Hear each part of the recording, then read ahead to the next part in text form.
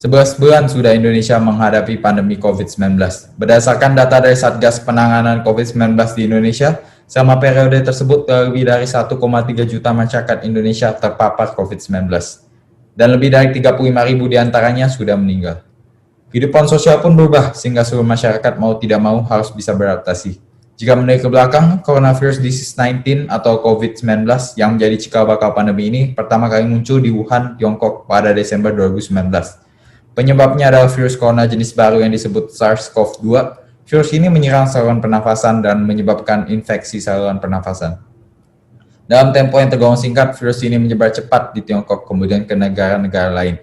Setelah hampir 2 bulan menjadi wabah, Organisasi Kesehatan Dunia atau WHO pada 30 Januari 2020 pun menyatakan darurat global terhadap virus corona. Pada saat itu, COVID-19 sudah menyebar luas ke banyak negara, salah satunya Indonesia.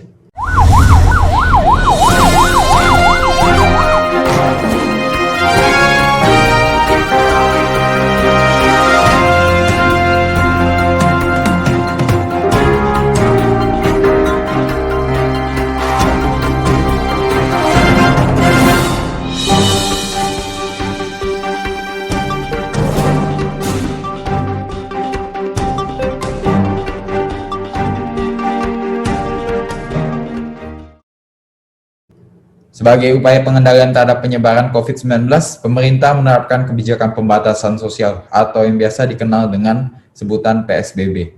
Hal itu dikarenakan COVID-19 tergolong mudah menular, khususnya melalui interaksi yang dekat antara orang ke orang. Selain di Jakarta, pelaksanaan PSBB dilakukan hampir di seluruh kota-kota besar di Indonesia. Pada masa PSBB, masyarakat diimbau untuk tidak berpergian kecuali jika sangat diperlukan. Hal ini terutama berlaku di tempat-tempat umum yang berpotensi menimbulkan keramaian seperti pusat pembelanjaan, transportasi publik, tempat peribadatan, juga fasilitas kesehatan. Salah satu penerapan pengendalian penyebaran COVID-19 adalah mengadakan metode sistem pembelajaran daring kepada seluruh murid. Metode pembelajaran daring memiliki berbagai keuntungan dan kerugian. Keuntungannya salah satunya adalah materi dapat diakses dengan mudah, waktu belajar yang fleksibel, sedangkan kekurangan dari sistem pembelajaran daring adalah keterbatasan akses internet, berkurangnya interaksi dengan pelajar, pemahaman terhadap materi sangat meragukan, dan berkembangnya gaya hidup sedentari.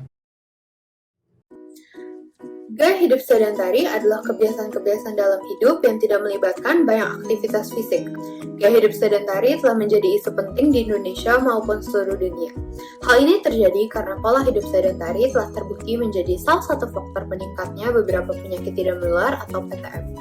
Dengan meningkatnya PTM, maka secara otomatis akan menghambat masyarakat memiliki kehidupan yang lebih baik. Maka dari itu, kualitas kehidupan masyarakat akan menurun.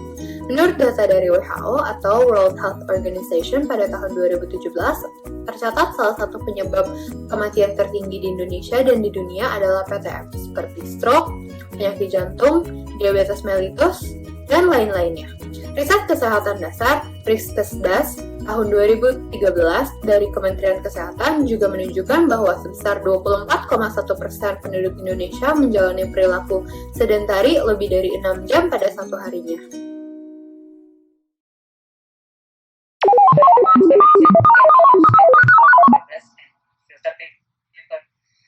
Seperti yang kita lihat dari contoh sebelumnya, seorang mahasiswi sedang mengikuti kegiatan pembelajaran daring dan duduk dalam posisi yang kurang tepat. Ketika ia duduk dalam posisi yang kurang tepat, hal tersebut dapat berdampak pada kesehatan, terutama pada kesehatan dari otot dan tulang, dan juga pada kesehatan dari fungsi kedua bola mata, di mana hal tersebut dapat mempengaruhi penglihatan. Aktivitas dengan posisi duduk seperti itu dapat menurunkan daya konsentrasi seseorang, sehingga nantinya dia tidak akan fokus untuk mengikuti kegiatan pembelajaran daring.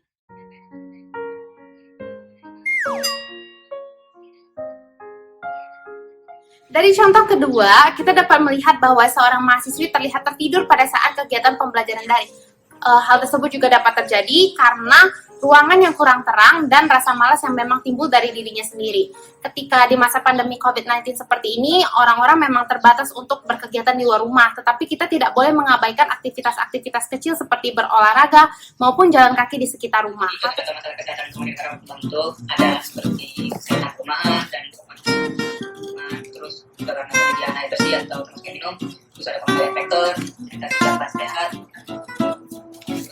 Dari contoh ketiga, kita dapat melihat bahwa seorang mahasiswi sedang mengonsumsi makanan di atas tempat tidur pada saat pembelajaran daring. Jika dilakukan dalam frekuensi yang cukup sering, hal tersebut dapat meningkatkan rasa malas terhadap seseorang.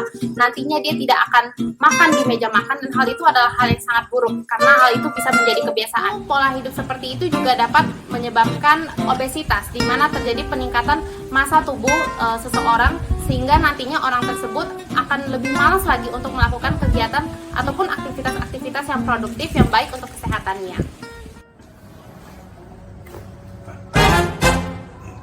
Cuplikan tadi merupakan satu contoh dari gejala penyakit osteoporosis. Osteoporosis itu adalah penyakit tulang yang ditandai dengan menurunnya kualitas kepadatan tulang dalam tubuh secara keseluruhan.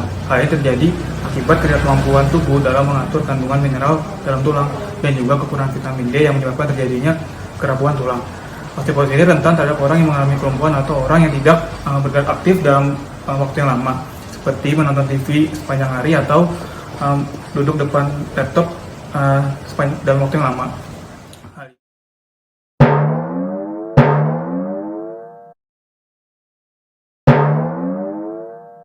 Ada penyakit obesitas. Obesitas ini adalah penyakit kronis akibat dari penumpukan lemak dalam tubuh yang sangat tinggi. Obesitas ini terjadi karena asupan kalori yang masuk lebih banyak dibanding aktivitas membakar kalori, sehingga kalori yang berlebih akan menumpuk dalam bentuk lemak. Apabila dilakukan dalam waktu lama, maka akan menambah berat badan hingga membentuk obesitas.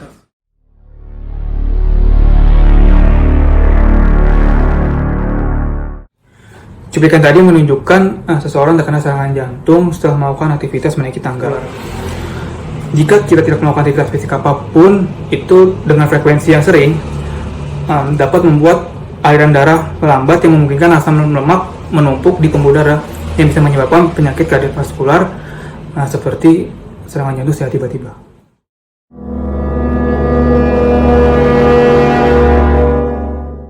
Itu tadi merupakan salah satu contoh orang gejala depresi. Depresi adalah gangguan suasana hati yang ditandai dengan perasaan sedih yang mendalam dan rasa tidak peduli.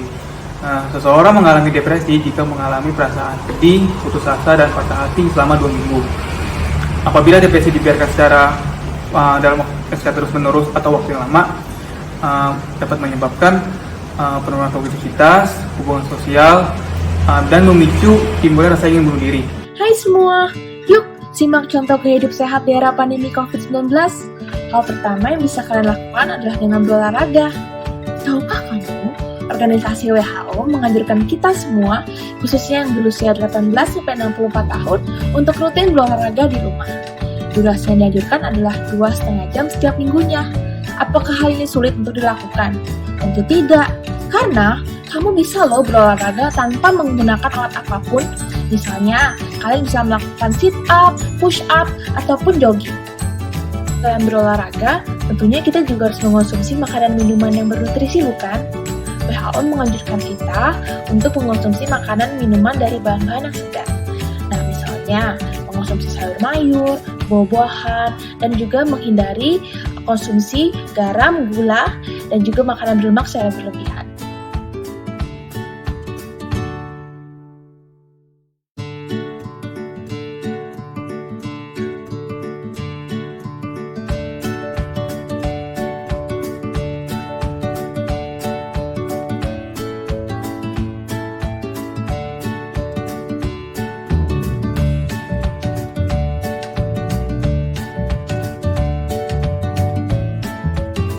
Mengingat bahwa virus SARS-CoV-2 ditransmisikan dari orang ke orang, khususnya melalui rute droplet, maka penting bagi kita untuk menggunakan masker setiap berpergian keluar. Terakhir, seperti yang kita semua ketahui, semasa pandemi ini seluruh kegiatan pembelajaran dilaksanakan secara daring. Oleh sebab itu, penting bagi kita untuk mengetahui jarak yang tepat antara kita dengan layar komputer. Jarak yang dianjurkan sekitar 20 inci atau 50,8 cm. Teman-teman semua pasti sudah tahu kan apa saja sih bahaya atau dampak yang dapat ditimbulkan dari gaya hidup sedentari. Mari kita tinggalkan gaya hidup sedentari dan terapkan gaya hidup sehat. Dan jangan lupa menggunakan masker ketika beraktivitas dimanapun, di luar rumah maupun di dalam rumah. Dan juga jangan lupa untuk membawa hand sanitizer dimanapun kalian berada dan tetap mengikuti protokol kesehatan dari pemerintah Indonesia. Selamat tinggal!